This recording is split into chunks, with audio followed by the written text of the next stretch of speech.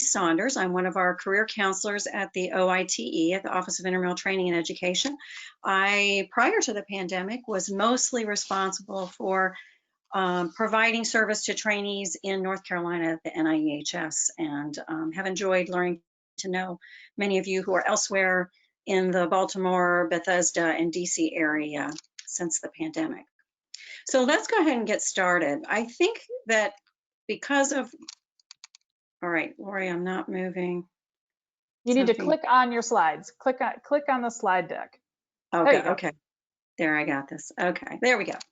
I think it's important that we recognize, even as we're talking about resilience today, that we need to understand that there are significant things that are happening to us. These are all within the normal range of events, emotional experience, given what is currently going on in the world around us, in our own personal lives, in our communities, and also across the globe. But having an awareness of that is really important as we're talking about these resilient issues. And some of these emotions are things that you may be experiencing, feelings of loss for all of the events that aren't taking place. It's hard. There aren't things to mark the passage of time. And I find that that's something that I'm really kind of trying to get used to. All of those markers of time passage have been eliminated for us in many respects. Loss leads to feelings of grief.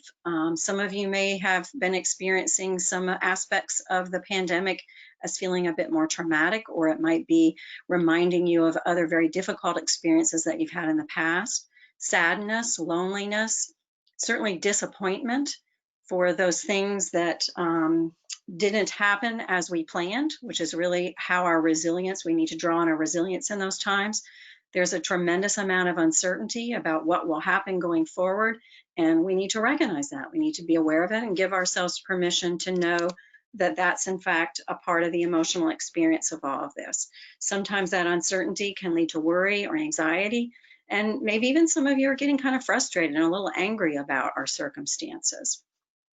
I share this just to provide a little bit of a context for the information that we're going to talk about today in terms of resilience. This is a wonderful time to be working at maintaining the resilience that you have now, or working to enhance it.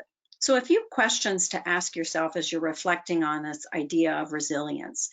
You know, think about it. How do you deal with challenges in your life? What are things that have been difficult for you, and how have you handled those in the past? What do you do when things don't go as planned? I mean, we are all experiencing in a very large way circumstances, experiences, and situations that really aren't going at all the way that we had planned them. And then finally, you know, when you look around you, even in this pandemic, are there some people who still find things to be laughing about and happy and grateful for? And are there those that are really feeling kind of lonely and sad and thinking more pessimistically about the future, really feeling overwhelmed? And what are the things that you observe that distinguishes those two kinds of categories of people? We'll talk a little bit about that today, but maybe that gives you a little bit of a grounding in terms of where you're at with this notion of resilience. So when we speak of resilience, what are we talking about? It's really the ability to bounce back from adversity, to face adversity, whether it's a threat, whether it's a fear, whether it's a trauma-related sort of situation, a disappointment or a setback, but to face it head on and to find a way to work through those challenges, accepting them and kind of working through them and overcoming the obstacles that may be placed before us. There are numerous stressors that we're all dealing with currently. COVID-19 has presented a unique set of circumstances for us, and none of us are immune to the stress of that. And I suspect that we're all feeling stress of that in different ways, but we can all probably be, you know, kind of joined together in saying the future uncertainties is particularly stressful because we can't plan for things. Many of you are really good at planning. You've been very successful and you're quite accomplished you approach your research and your academic work in those capacities, and not knowing what the future holds makes it really hard to plan. So we're having to be more flexible and adaptable and find ways to plan, but flexibly plan. So the uncertainties of the current pandemic are certainly significant stressors that we face. Those of you who may be in the midst of a job search or preparing to engage in a job search sometime in the near future, a number of stresses related to that. Perhaps you're not really quite sure what it is that you want to do, or that the circumstances in terms of the economy and employment opportunities have you questioning now or thinking differently about what you might want to be pursuing. Some of you may have had the benefit of having had a few interviews, but not so many, or maybe offers that haven't yet been passed on. We know there are hiring freezes and fewer positions open, but we also know, and we're hearing from many trainees, that they are being interviewed. We've heard of numerous virtual interviews occurring, even academic on-site virtual interviews, two-day interviews that are occurring. So we know that despite some of the limitations, there are opportunities out there, and being resilient and thinking positively and optimistically about where you might find yourself in the midst of that will help in terms of the success and the effectiveness of your own job searches. And certainly there are challenges at home, lots of demands on our time, different demands on our time. Those of you, we're all teleworking, and that's presented a whole host of new challenges, to internet bandwidth and multiple computers going in homes, to loneliness and isolation for those of you who are living by yourselves, and for those of you who have partners and spouses, significant others, and young children or children in the home. The parenting and the combination of teleworking has in fact presented a new band of stress. I was just reading on an APA, they do surveys from Stress in America, and the most recent one, they're going to be doing monthly surveys on the impact, the psychological impact and related to stress of COVID-19.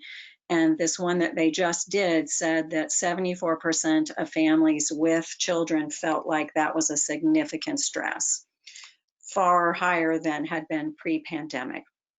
And then there are stresses of relationships and family. Living with those in closer proximity has presented some unique stresses, some pros, some cons. Maybe trying to keep up with family and be more vigilant about that can present its own stress as well. If we look at lab or bench workplace stress, there may be slow or no progress at all. Many of you had to leave your labs mid-March. It's been 10 plus weeks, 11 weeks now, and we're not exactly sure how that's going to look as we're returning to the Institute and getting back to our research. And I know some of you have been, particularly those who've been working on COVID-19, have been in the labs, maybe not every day, all day, but the research may be going a little bit slower. Or if you're doing research, doing analytical work at home, it may feel like the pace of that is a little bit slower. There has been, prior to the pandemic and now as well, I think that's even more heightened, this pressure to produce, to excel, and to compete. That's always an important thing in the job market. How can you remain competitive with your peers who are also applying for similar jobs? Sometimes in the workplace or in our labs, there are communication challenges that we might face with coworkers or with our mentors, our PIs. It may be that you've dealt with situations where you had unsupportive mentors or supervisors or employers and found it kind of difficult to talk about the things that you needed to talk about or to gain the kind of support that you needed in order to be successful in your future. It's possible that some of you find yourselves in a mismatch between research interests and the projects that you're currently working on. I sometimes hear trainees who, during their interviews, they talk about some of the things that they want to be involved in and get excited about that. And a year or two later into it, they find that it's not exactly aligned with what they thought it was going to be. So that presents some stress too, and finding ways to navigate that successfully can be challenging. And certainly in the past, there have been experiences of limited funding that impacts research, and that may be something that we see in the future as well.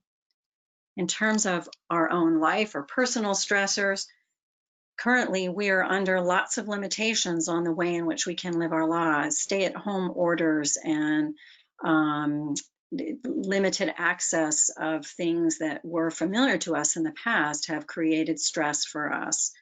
There may be other family or personal challenges that we're faced with. Some of us may be finding that it's hard to relax or find something that feels pleasurable, relaxing, and leisurely for us, even in the midst of all of this. And others of you may be challenged to really build in and establish a daily routine if you find you've got too much downtime on your hands. So that can go both ends of the spectrum.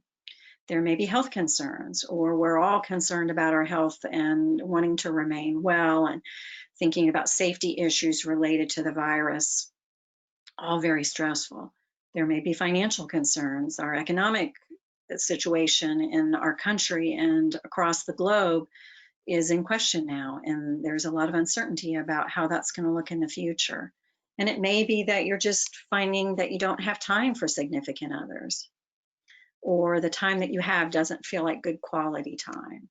So those are a little bit about some of the stresses that we may find ourselves under. And because of all that stress, we need to be focused on how do we stay resilient in the midst of all of this. Here's some factors that influence our resilience. The first one, the capacity to make realistic plans and carry them through. As I said earlier, I know you all are very high achieving individuals. You've had a lot of successes, you've accomplished a lot, and it's really important that you don't set expectations that set you up for disappointment, that you're asking yourself, is this realistic now? Can I accomplish this now, given the current circumstances? And you can evaluate that at any time in your life, but important to do that also now while we're in these sort of unique and difficult times. Have a positive view of yourself, a view of yourself that exudes confidence, happiness, satisfaction, and positive self-esteem is important and helps to enhance and influence our sense of resilience. Strong skills in communication, being assertive, asking for what you need and for what you want, and also may allow you to problem solve more effectively, being able to communicate when you see a problem posed or working with others to solve problems. This next bullet point, the capacity to manage strong feelings and impulses, is really about our kind of self-awareness and knowing when we might have a strong emotional feeling about something, we have a strong feeling about something or an impulse to respond maybe in a more negative way, that we can sort of control and monitor that so that it doesn't interfere in our relationships or our productivity and effectiveness, but kind of keeping that in check. So being able to manage that, to tolerate that, and then to monitor that, and hopefully have it evolve to more effective ways of responding to some of our difficult challenges and disappointments. Having empathy for ourselves and for others, and also a sense of compassion. You know, part of our human experience, and as we think about this, even in the midst of this pandemic, is that we need to show ourselves compassion because we are all struggling. I'm struggling, you're struggling, we all have a struggle. It may not look exactly the same, but we all have a struggle that we're dealing with, or multiple struggles. So having compassion for those struggles, empathy for ourselves, and being able to show that for others' struggle and recognizing that that's a part of our human connection is really important now too. And then this last one, kind of thinking about how do you respond to a challenge? Do you ask, why did this happen to me? Why is this going on? You know, why is this, why? And feeling like it's unfair, it's unjust, it shouldn't be. Instead, work at asking yourself, what is happening now? What can I do about this?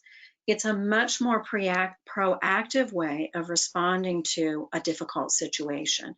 So focus on shifting the why and the questioning to what, maybe, and how. One way to think about, when we think about resilience, a big part of this is what our cognitive processes are, how we're thinking about our experiences and interpreting them. And we can look at that from one of two ways. We're either probably have more of a bent to an optimistic perspective of things or a pessimistic perspective.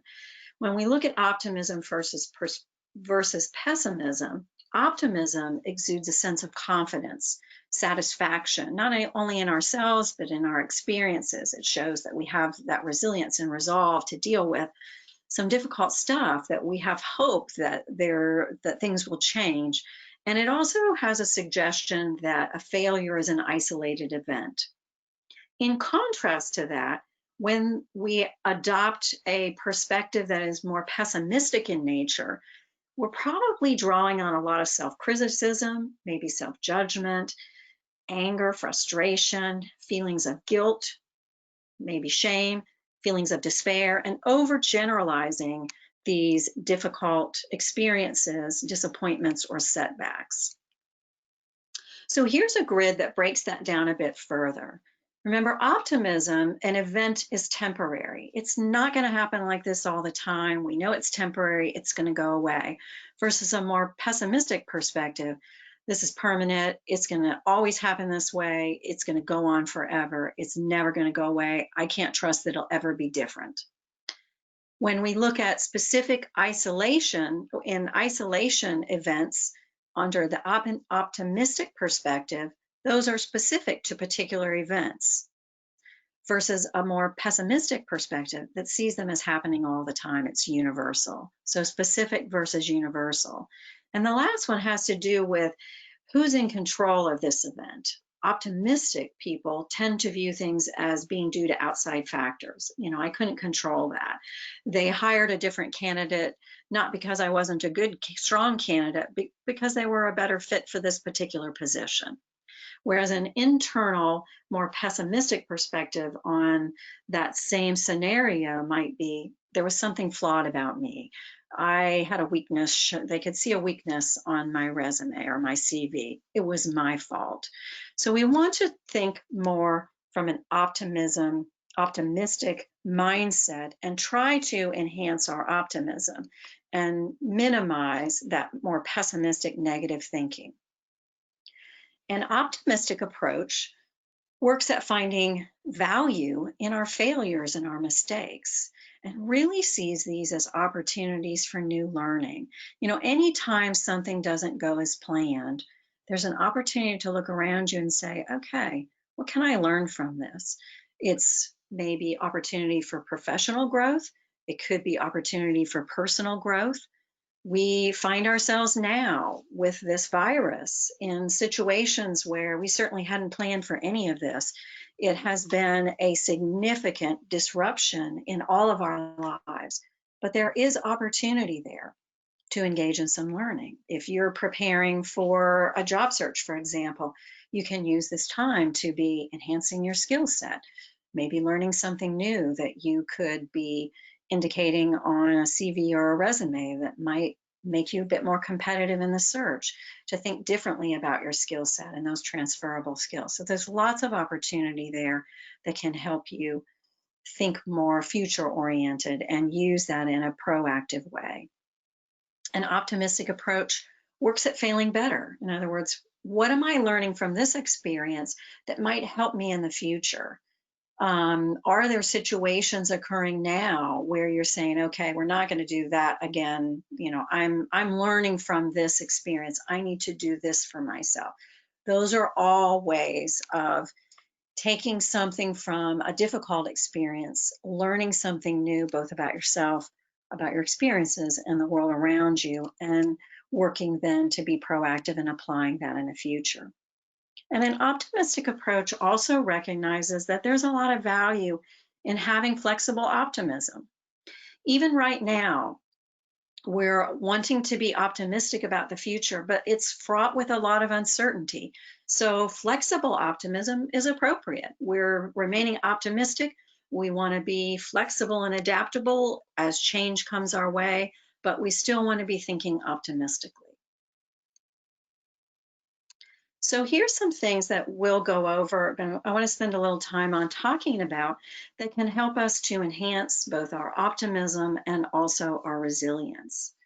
Challenging negative thinking, and there are some ways that we can do that, but just being mindful and aware. Are you being more critical of yourself? Are you thinking more negatively and pessimistically about your experiences, about others, about your work? And starting to challenge and reframe some of that thinking. Focusing on, we talked a lot about the cognitive piece of that and the thinking aspect, but it's also important to focus on your overall well-being, which includes a focus on how you're taking care of yourself physically, how are you handling your emotional self, and what are you doing for your mental well-being so that you can look at your more holistically, wellness and preparation for what you're going to be engaging in both today, tomorrow, and into the future. Be present in the moment, and we're going to talk about ways to be more mindful and aware in the moment. Mindfulness is a practice that allows us to do that, and I'll share an exercise with you in a few minutes. There are lots of positive psychology exercises out there, and positive psychology was one of the first areas to be researched within the field of psychology. My background is in counseling psychology, that really introduced this notion of resilience.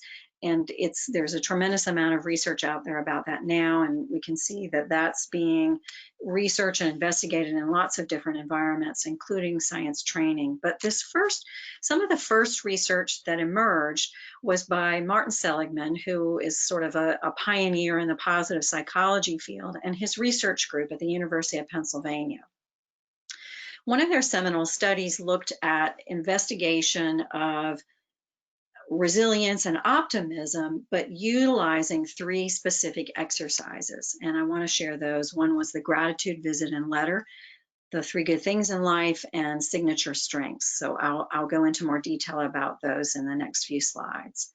And always, always work hard to reward yourself when things go well and when you meet your goals. Work really hard not to minimize that, especially now. When you've met your goals, give yourself a pat on the back. Acknowledge that you've worked hard to get where you are. Some of you may have recently graduated, congratulations, or finished up a really important manuscript and submitted it for review. Good for you. Give yourself, acknowledge that you have had that success.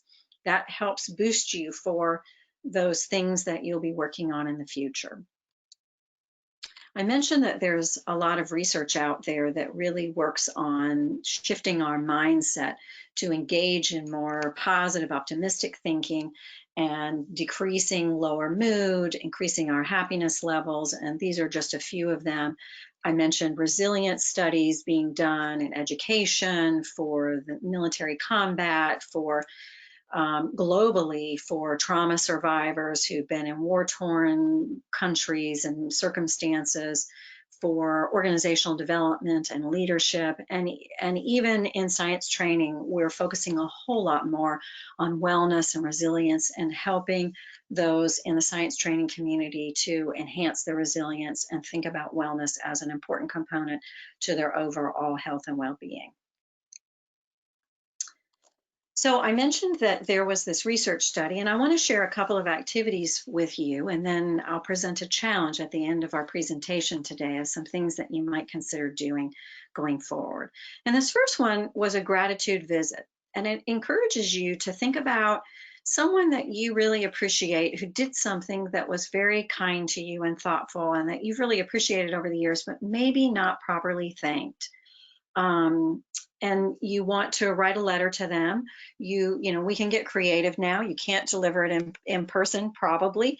Maybe you set up a Zoom chat with them, or you record a Zoom greeting and you share it with them. My siblings and I had an opportunity just last week to share a birthday greeting of a very close family friend who turned 90 today.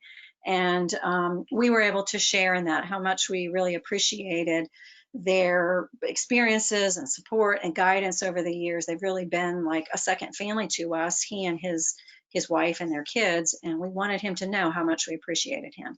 So in some respects, I guess that was like our gratitude visit, and hopefully he's getting to look at our Zoom greeting card today. So think about that. That's something that you can do now if you have some downtime. Reflect on who you might send that kind of gratitude expression to.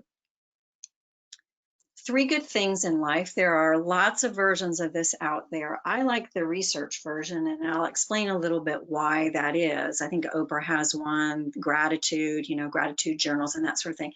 That's a little bit different. You're looking at things as more of a gratefulness. This particular exercise was defined as writing down 3 things every day that went well for you. So you're looking for good things in your environment, in your relationships with others, in your experiences, and in your environment. What are you witnessing that's good? And you want to log those. Perhaps you have a journal or a notebook lying around unused in your home. We happen to have lots in my home. I don't know, we're lovers of journals and not always filling them up. So maybe find one that hasn't yet been used, or you started using and didn't get finished. It doesn't have to be big, it doesn't have to be small. Make it something that is aesthetically pleasing for you, that you enjoy going to, that feels nice, that you can feel comfortable going to maybe at the end of each day. And sometime during the day, I often encourage people to think about that before they go to bed. Pull out your journal if you want to do that on your phone. Sometimes I have clients I'm working with that will do that on their phones, but you want to be able to refer back to it and list what those good things are. You can add in what was the cause of that. The other day, I was walking in my neighborhood and I happened to come across a mother and daughter who's the same age as some of my kids, and I hadn't talked with them in years. Our kids are grown out of the house now, but they were walking, and so we had a chance to catch up. That day, that probably would have been one of my good things. That was one of my good things. And if I think about what was the cause of that, or what would be an explanation for having been able to have that experience, it was a nice sunny day. I had enough time to go on a walk. I have a neighborhood here that affords me lots of walking trails right here in the community in which I live. And I have friends that I was able to meet on the trail and socially distance and talk to and catch up. So there are lots of good things, even in the one good thing that I recognize. And that's kind of the point of this exercise. Start by identifying 3 things and then build in what was their cause or what's an explanation for them. And you'll begin to see that, in fact, there's probably a lot of good things that are happening around you, even in the midst of difficult, challenging, and uncertain times. That's something that you can start today. Another exercise that they used in this particular study was identifying signature strengths and encouraging people, those participants, those subjects in the study, to engage in those signature strengths, to utilize them in different ways. You can go to a website out of the University of Pennsylvania. It's called Authentic Happiness, and the website is on here, authentichappiness.sas.upen.edu. And there's a whole series of instruments and inventories that you can take. Much of their study is about positive psychology, about resilience, optimism, grit. Angela Duckworth is also a part, or was a part of that research group, so I think you can take the grit survey as well. That's kind of a component to resilience and hardiness and that sort of thing. But Authentic Happiness has on that website, one of the inventories is called character strengths or signature strengths. Via signature strengths, I think is what the inventory is called. And you can take that for free. You set up an account. It allows you to set up an account, and you're just simply agreeing to have your data used in aggregate for their research study. So you're not being identified in any way. And then if you have an account, you can go back, you can take more than one inventory. And the signature strengths is one that I would encourage you to take a look at. It's not looking at skills, and it's not looking at personality characteristics like we might see in a personality inventory, or like a personality preference style indicator like our type, like an MBTI, the Myers-Briggs type indicator. It's looking at your character strengths, so things like altruism, kindness. So you might want to do that. I've found that actually that can be helpful for folks in the midst of a job search and might give you a different way of understanding who you are and what value you might add to an employer. You know, a lot about the job search and the interview process is the value add. How am I a good fit? But what value would my hire add to your organization or institution? And exploring your signature strengths might be a way to expand on that. For this particular study, they encourage people to identify the 5 highest strengths and then to challenge themselves to use them more often during the week. So you might do that. Another kind of exercise that you might be able to take advantage of while if you're finding some free time during your days and as preparation for when you're going back to work or an upcoming anticipated job search. Other things to think about while we're enhancing and maintaining our resilience is just overall wellness. Consider how it is that you're feeling your body. Are you trying to continue to eat nutritiously and engage in a nutritious diet? Watch how you feel your body. Or if you're exercising, do you need to increase it or do you need to incorporate more exercise? Consistently, research shows us that that boosts our mood, that helps us physically feel better, and also enhances our thought process, enhances optimism, positive thinking, and ultimately our resilience to deal with those challenges that we may face. Pre-pandemic, we might have found ourselves with a lot on our plates. Maybe we do now too. Learn to say no, to delegate. If you're someone in the home who kind of takes on everything, maybe you need to delegate. If you've got folks in the house that aren't normally there, how can we all divvy up responsibilities? And as you return to lab and research and work at the institute, how will you think about not taking on too much too quickly? We're going to need to kind of return in a slow capacity. But in the future, when you find yourself presented with lots of great options, and I suspect you do get lots of great options. I know sometimes I do, but I can't say yes to everything. I have to know myself well enough and know my capacity for how much I can manage. And sometimes I have to say no to things that are actually good things, or try to negotiate them in a way that I can do them, be a part of them, or do them in a fashion that fits better with my current circumstances. We talked about setting realistic expectations. By no means am I suggesting that you relax your standards for yourself, but because I want you to continue to do the hard work and the good quality work that you do, but ensure that you're being realistic in what you're expecting of yourself, especially during this time. None of us are likely feeling as productive and working as efficiently as maybe we did when we were on site. So we do need to kind of think about that more realistically and give ourselves permission to adapt that some. Ensure that you're getting sufficient sleep, and then focusing on quality versus quantity, both in time that we might spend in relationships, but also in terms of the time that we put toward activities that we're engaged in the work and research that we're doing. Present moment awareness is a really great idea. It's not an idea, but it's part of mindfulness. It helps us to refocus our attention. If we're feeling distracted, if it's hard to focus, it can refocus us. It leads to increased awareness of ourselves, both our thoughts and our feelings, and our physical sense of self, and enhances our concentration. It can reduce distraction and will help us to reduce worry or excessive thinking.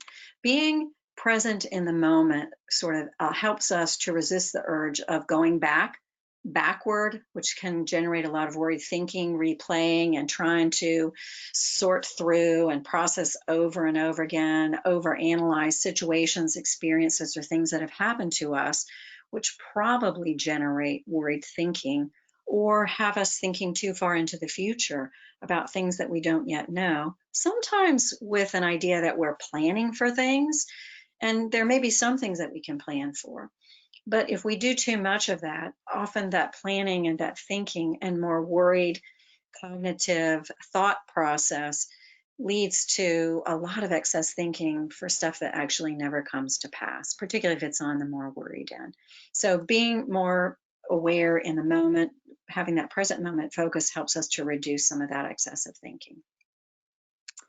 Mindfulness is a tool that we are hearing a lot more about, and again, tremendous amount of research that has been done on this, used for stress, for chronic illness, for chronic pain, for enhancing resilience, for helping people think more positively, for enhancing mood.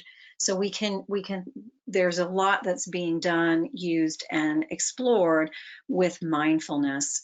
And these are just, I share this slide just to share some basic skills of mindfulness. The first one is being able to observe from a non-judgmental perspective. So when we check in with ourselves and we have that present moment awareness, we're just observing. We're not judging.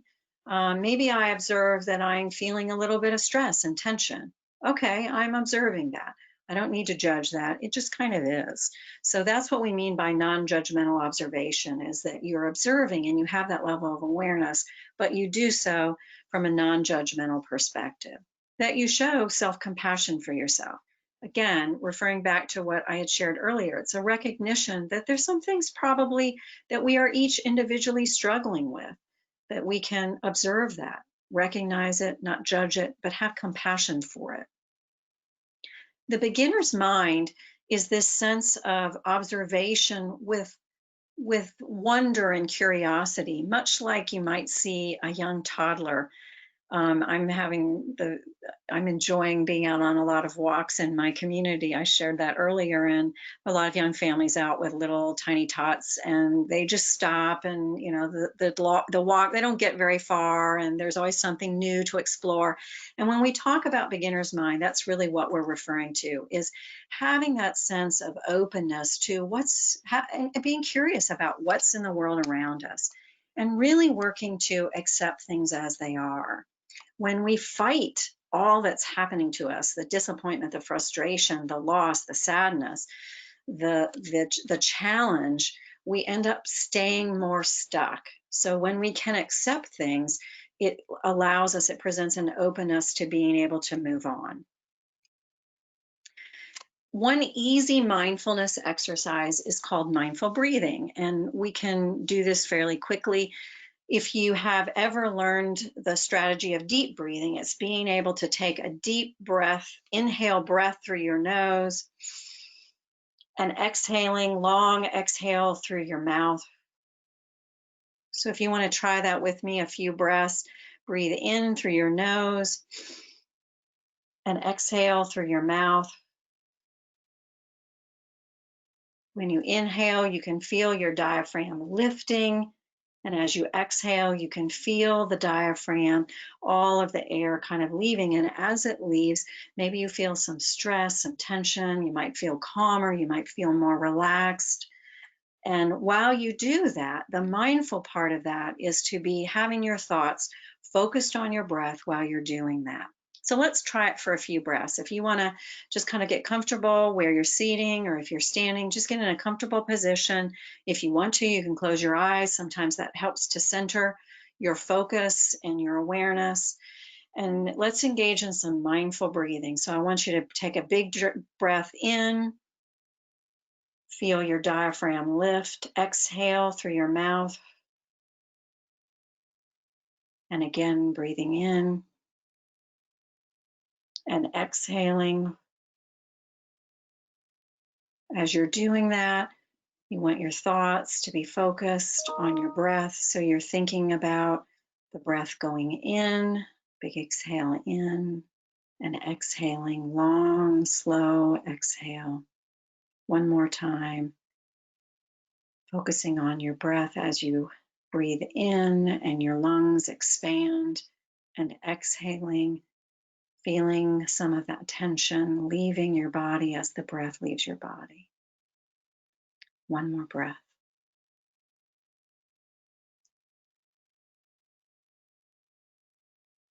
And when you're ready, you can open your eyes and join us again. We did that for a very short period of time due to time today. We don't have a lot of time today together, but you can start practicing that. Mindfulness means that your mind is going to wander 100 times, and you bring it back to your awareness and attention and focus 101. So be Be kind and gentle with yourself as you're learning to do this. I don't know, normally if I were seeing you face to face, I would say, how did that go? What did you experience? Often people will say that was kind of hard. I know the first time that I started doing some of the mindfulness exercises, it was really hard for me. My mind was racing and thinking about all kinds of things I needed to do. That's okay. You're aware of what your mind's doing. Just when you recognize it's drifted off, bring it back. Now, to challenge yourself and to engage in this mindful breathing and have a mindful practice, you can do that mindful breathing exercise twice a day. Start out by doing it 1 to 2 minutes and see if that doesn't allow you to maybe think about deep breathing as a tool to use when you're feeling a bit more stressed or tense. I want to say just a few words about writing and journaling as an exercise to also enhance resilience. Expressive writing is a way of writing about something maybe that was really difficult for you or maybe even traumatic. And if you write about it and you write about it over time, there's a study there in the late 80s that showed that actually helps to change the narrative. Not that you place any less significance on what happened, but you change the way that you interpret the event and how you understand yourself in that context. Their study found that it enhanced physical and mental well-being and also reduced the impact of traumatic events. So you can write in a more expressive way, thinking about something that was really hard for you, and just pick it up, write about it one day, pick it up a few days later, write about it again, and maybe a week or so later, and see if you don't change the way that you're understanding that situation or experience. Writing and journaling, there's no right or wrong about how to do this. Just sit down again, one of those unused or half-used notebooks or journals. It can help to clarify your thoughts and feelings. You can write about anything you want. Some of the challenges that you're faced with now, some of the things that you think may be difficult in the future, or something from the past that you want to write about. It really doesn't matter. Choose what's important to you and what you feel is important to be focusing on and reflecting on. It helps to clarify thoughts and feelings. It also helps us to know ourselves better and to solve problems more effectively. So developing a more optimistic approach, you want to work on further developing your resilience, developing an awareness of your own beliefs about yourself and the world around you. And that happens when we can check in periodically and say, how am I feeling about this? Or what are my thoughts about this particular situation? That takes some practice. Our default probably isn't there just yet, and that's okay. You can practice and get better at that. Challenge negative, more pessimistic thoughts. Some easy, simple things that you can do if you notice that you're engaging in more negative, pessimistic thinking is to out loud verbally say to yourself, stop. Or mentally, if you're in a room with some other people or you don't want to shout to yourself or say it loudly, you can mentally say to yourself, stop. And it does, in fact, shift the firing of the neurons and will distract the brain so that it will focus differently. You can engage in an argument with yourself. What's the rationale for this way that I'm thinking? How do I know this to be true? I know many of you are very good and have very strong analytic skills. You can challenge your intellect to say, wait a minute, where's the proof for this? How can I say that this is in fact true? Be easy on yourself, be kind and gentle, and ensure that you are taking some downtime for yourself too, especially when you are faced with lots of challenge. We certainly are now, but even as you might encounter some difficult things in the future, returning to a work setting, and that's going to present a whole new set of challenges and changes for us. So we want to get better at adapting to that and feeling comfortable in the midst of change. What things can you do to continue to foster and enhance your resilience?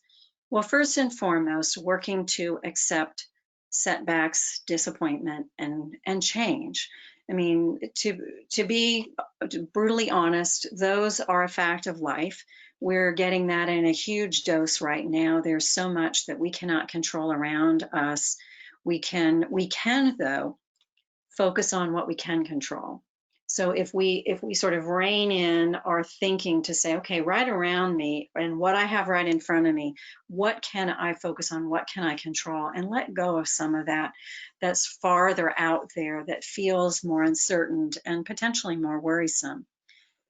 Employers have said consistently for the last decade or so that among the top skills they're looking for in candidates is flexibility and adaptability. You can continue to practice that during this pandemic. And as we continue to face change and transition over the coming weeks and months, getting good at being able to respond, adapt, and be flexible to change will serve you well for the long haul.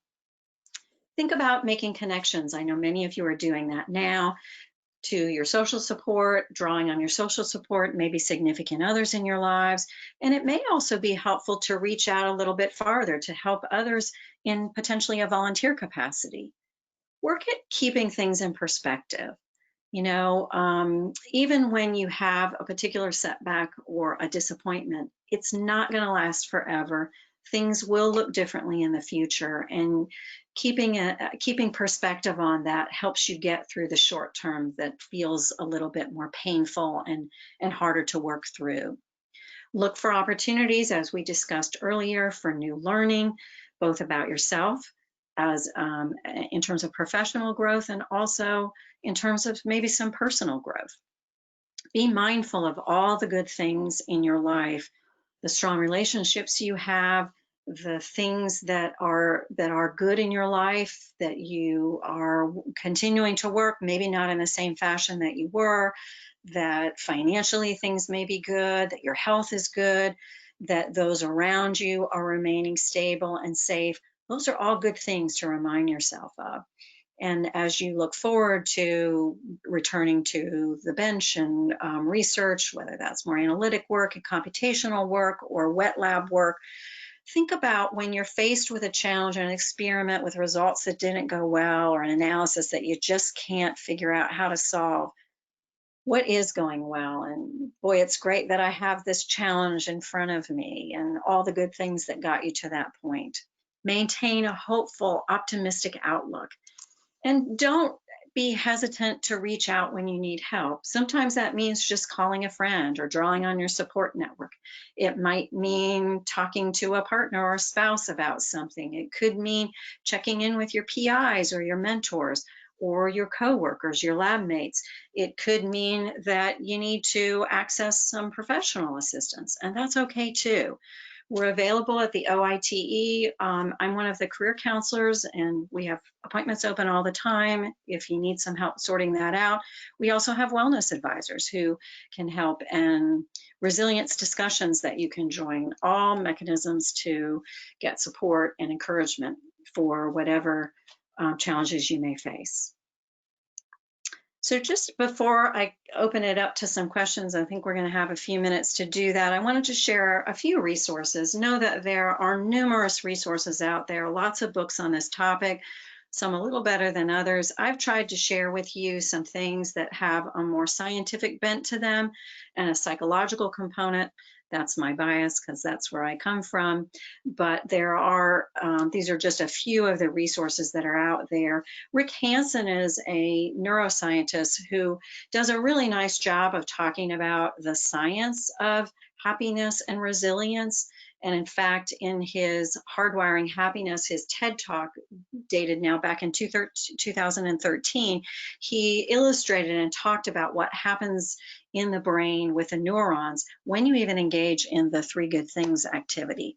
So it might be an interesting look. Brene Brown is out there doing a lot of talking. She has a piece on a program on Netflix, I think, currently, and she has a couple of different books out there. Rising Strong is one that goes over a lot of what we've discussed today, as does the first resource that I listed there, The Resilience, the Science of Mastering Life's Challenges, which is in its 2nd edition, meaning it was a pretty popular resource.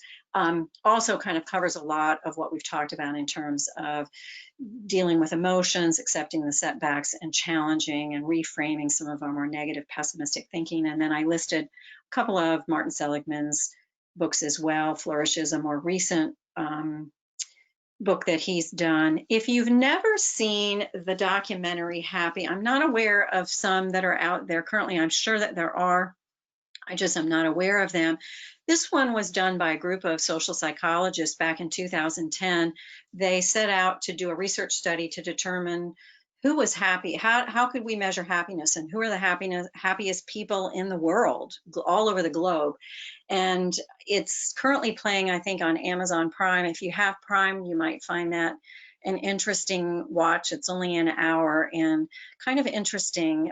You might be surprised who in the world is the happiest among us. So that's kind of what I wanted to share today. I would challenge each of you to identify 1, 2, 3 of the activities that we talked about today and really challenge yourself to begin some of those practices, even today. Grab a notebook, start logging those 3 good things. Challenge yourself to work at engaging in mindful breathing, or think about somebody that you want to share how grateful you are for them or something in particular that they did for you. So Lori, if we have some questions, I think we have a few minutes left. We can open it up for questions. Yep, I'm just waiting to see if anybody types any in. Okay. I do know one of the questions I'm sure I'll get is, can we share your slides? And I'm sure you'll send them to me and we'll get them to everybody within a couple of hours. Yes, we will make sure that that gets done. So this is always the hard part, right? Typing, it takes forever. Oh, the Prime video, what was the Prime video again? Was it Happy? It's called Happy. Yes, and I think when I did a search, I think it's currently available on Amazon, or yeah, right? That would be I don't have Prime, but that's Amazon Video Prime, right? Or Prime Video. Yep, it sure is. It sure is. Yeah. Sure is. Well, fantastic, Denise. I don't see that nothing has really come in. Okay. Those of you who know us, you're welcome to drop us a line. Don't forget to follow us on Twitter. This week's challenge is go outside. So maybe Denise, when you go outside next, you can take a picture and upload it to Twitter with us. So we appreciate, yeah, right? Great challenge. I've been reading more and more research about what nature does for us. Not only boosts our mood, but resets our brain. So if you're getting stuck in the middle of the day, just look outside the window or step outside if you can. Nature really has that kind of impact on our brains. Yeah, REI has definitely been doing that recently too, and boy, do I love their pictures. Okay, great, everybody. Thank you so much for you everyone for joining us today. And we will see you for the next OITE event. I don't know what that is. We haven't planned next week out yet, but we will soon. Denise, thanks so much. Thank you all. Thank you, Lori. Bye. I'm hanging up on everyone now, including you, Denise. Okay.